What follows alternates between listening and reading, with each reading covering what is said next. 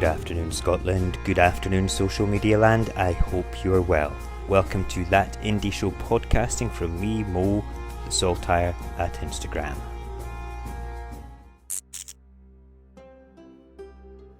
This weekend, commencing Friday the 10th of September, is a massive independence conference weekend.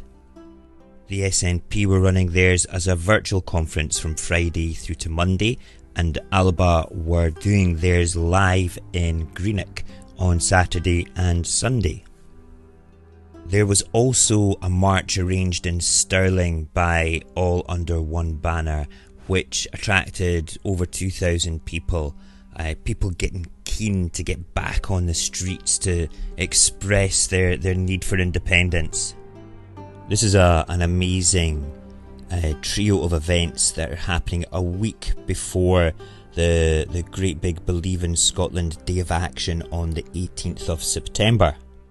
This is a great thing because it brings together so many yes groups to do that wonderful thing of sending out the positive message of Scottish independence right out there to all those people that still are not too sure whether to vote yes. Of course, I'll be doing a special podcast and as many different posts as I possibly can for Instagram as well. I'm quite looking forward to this. It's going to be a busy week getting everything together for it, but it's going to be great fun. I think the most inspiring thing that's happened this weekend for me was listening to Michael Russell's speech that was done on Friday on the first day of the SNP conference. I am a complete political fanboy for Michael Russell. I love listening to him when he was in Holyrood. I love listening to his speeches. I think he is very articulate and can deliver his point so very well. And this speech that he did on Friday is not an exception to his standard. The message that he was sending out is something that every single Yes faction should listen to.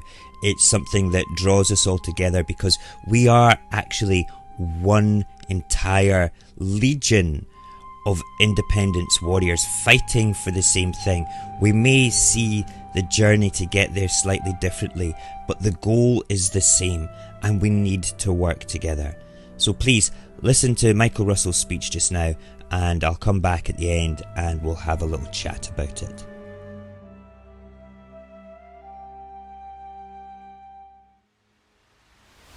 Convener, fellow delegates, when great dislocations happen in societies, people reassess their lives, their beliefs and, yes, their governance. Sometimes they do so willingly and sometimes because there is no other option. None of us watching this could have guessed when we met in Aberdeen just 2 years ago that within months we'd be faced with the greatest pandemic for a century, which led to millions of deaths across the globe and which is still not over, as this virtual conference clearly shows. And although in these islands we were already at that time witnessing the slow-motion car crash that was Brexit and making clear what we thought would inevitably happen, and we were right, in fact, we underestimated how bad the deal that Johnson and the Tories negotiated actually was, and how when it began to bite we would be faced with empty shelves, shortages of key labour, a catastrophic decline in exports and rising prices, with more damage to come. Scotland as a country is slow to change. The first stirrings of discontent with the Union were felt soon after it had come into effect, but it took more than another century for active opposition to be felt. The National Association for the Vindication of Scottish Rights was founded in 1853, some 146 years after the Union. But it took another 146 years before a Scottish Parliament was reconvened with limited powers. 146 years between the Union and the first formalised attempt to change it. 146 years between that attempt and the vesting of the Parliament we have today. But that was then. The world has speeded up and now change happens much, much faster. So we must decide now, as a matter of urgency, how our country should build forward from the pandemic and create a new, greener, more equal, more fair and more accessible society. And we must decide, nobody else.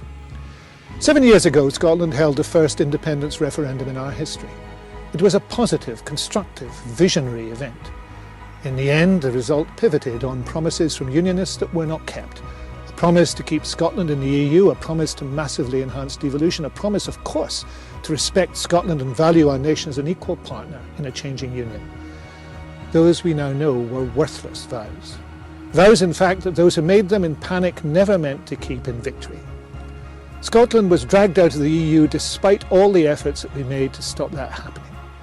Devolution has not been enhanced and instead is being actively, deliberately and continuously undermined by the Tories at Westminster, whilst Labour and the Liberals collude in that constitutional vandalism. And far from being respected and valued as an equal partner, we are told to shut up.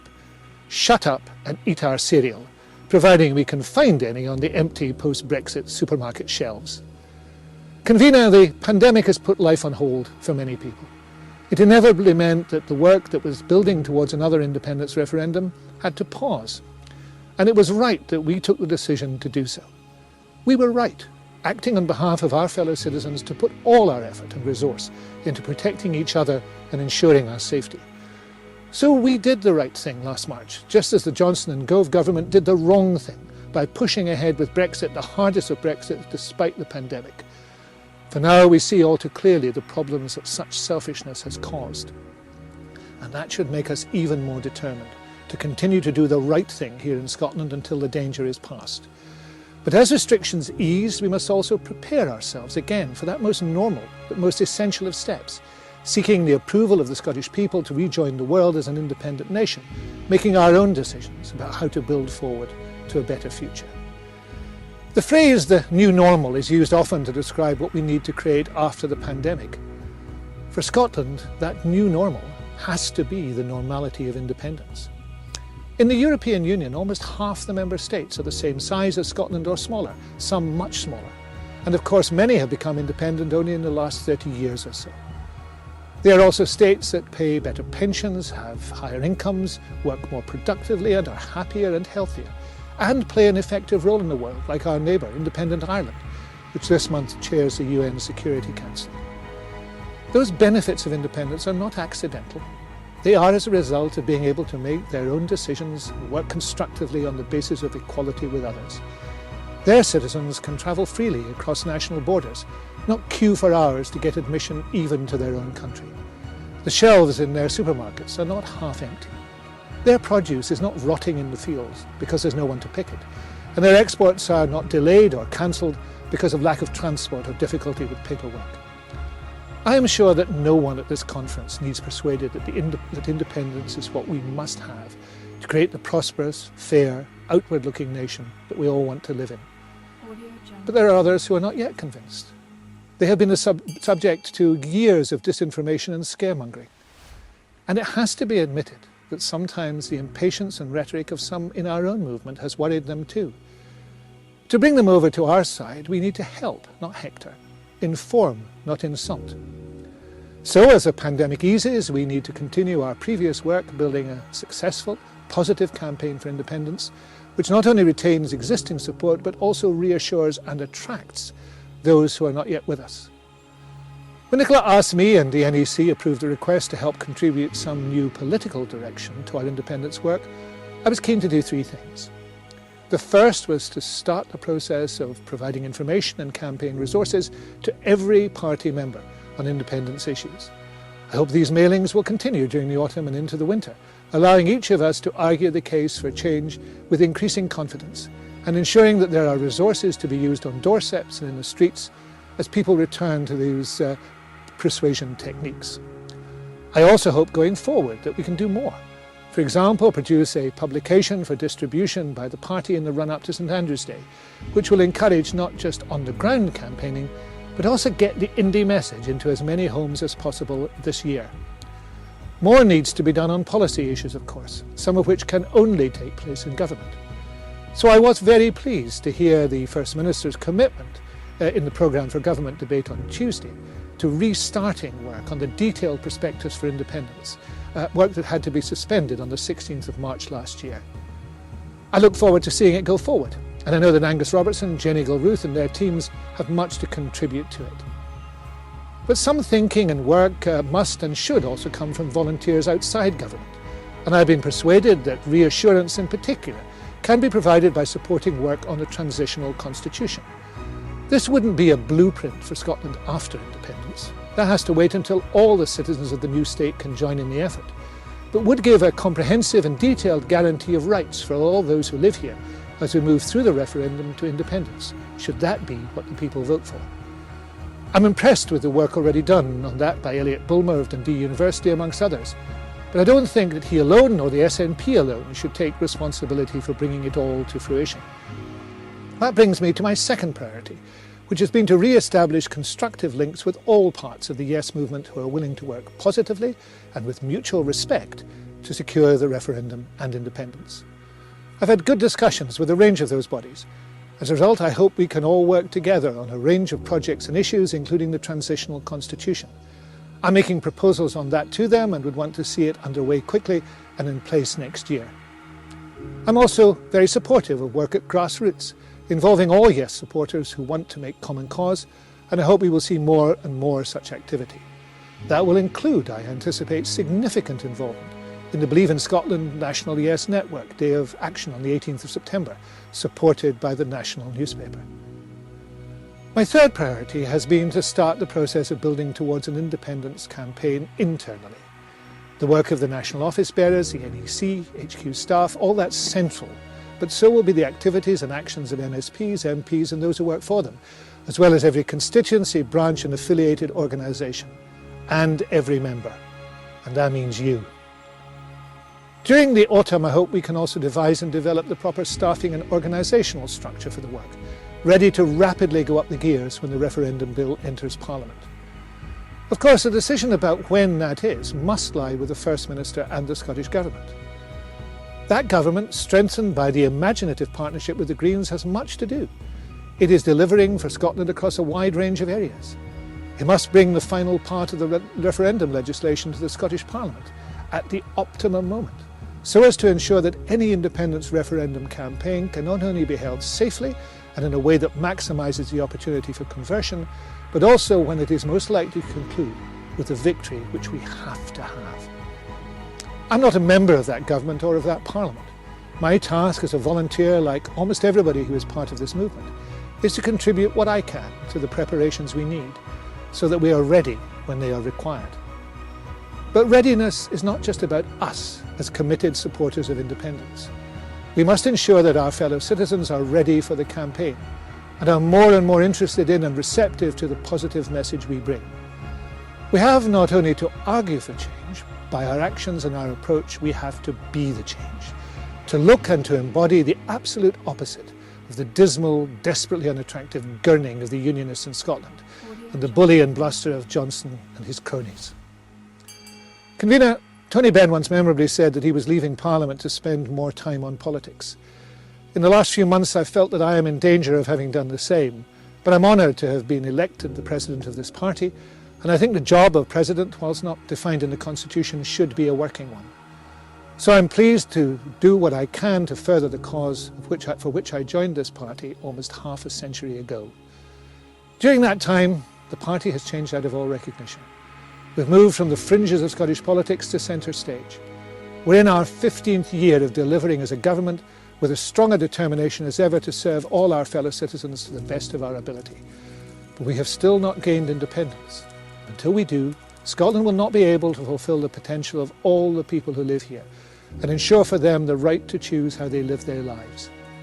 That becomes more important with every passing day, and I become more impatient for it every passing day too.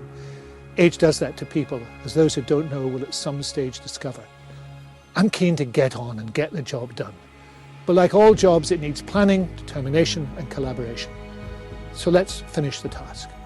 Let's do so positively together, hand in hand with those who share our cause, if not our party. Let's do so as a nation seeking unity among ourselves, friendship with our neighbours and an equal place in the world. A talented, outward-looking, confident nation building forward after the pandemic, building forward to Scotland's new normal, independence.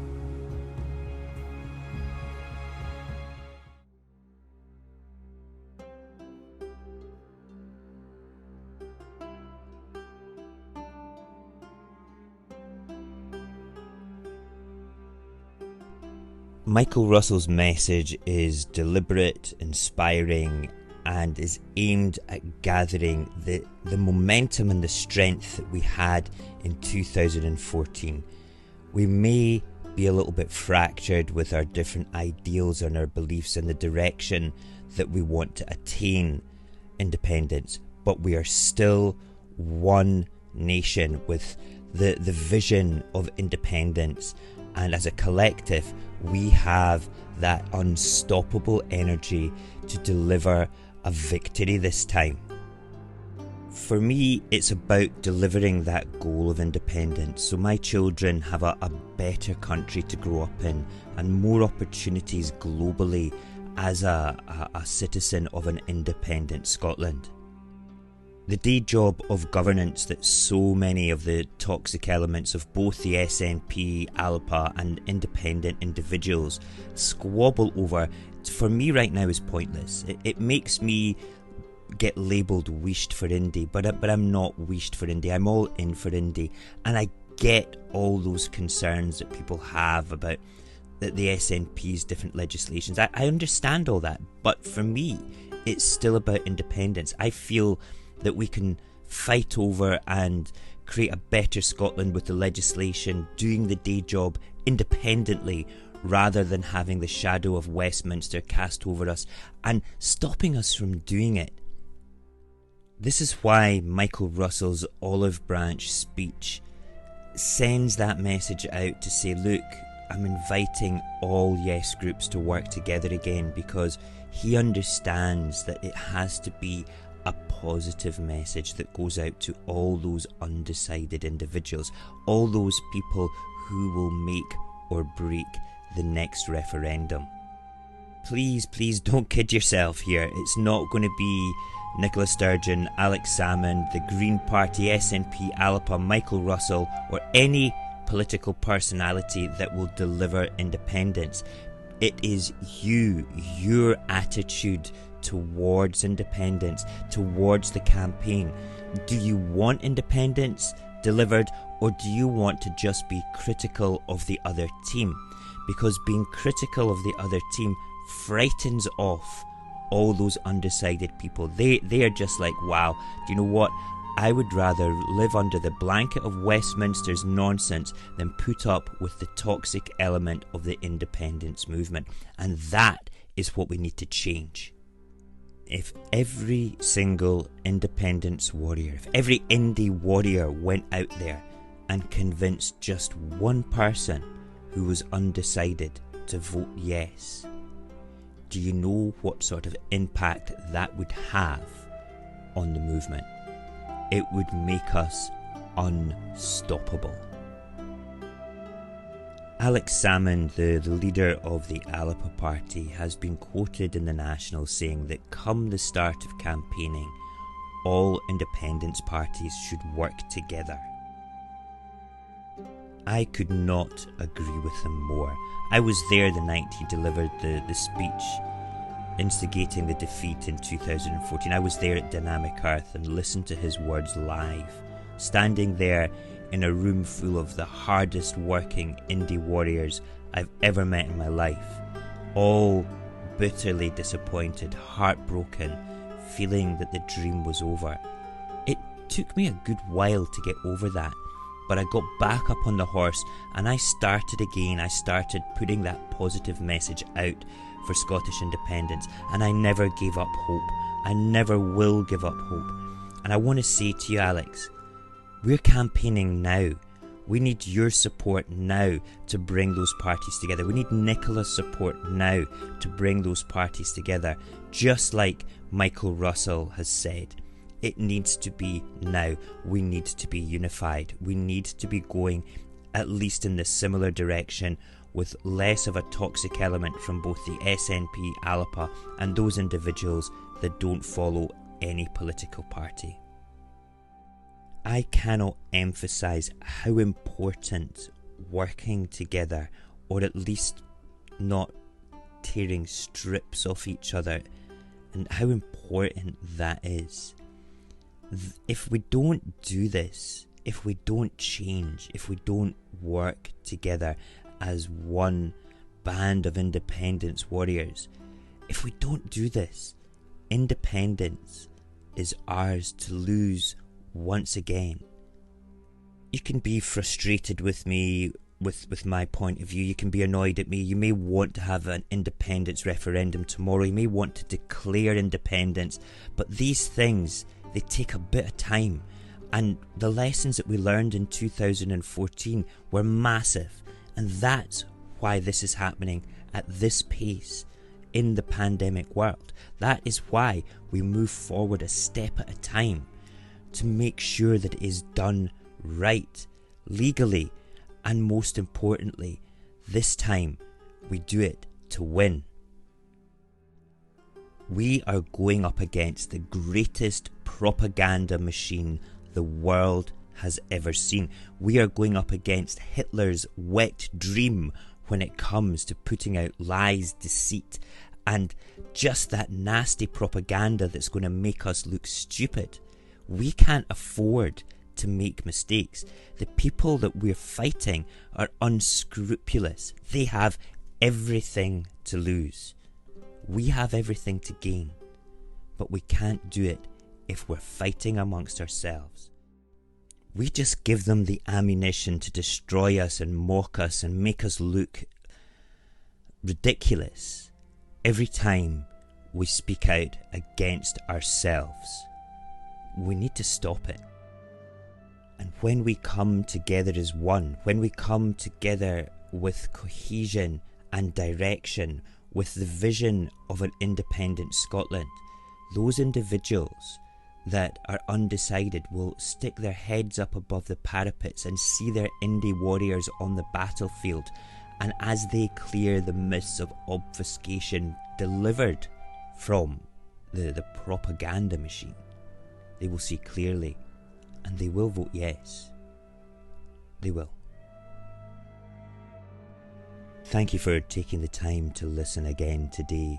My name is Mo. I post every single day just about on Instagram on an account called the.saltire. Please feel free to give us a follow there.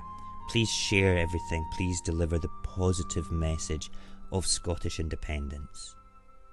Goodbye and good luck.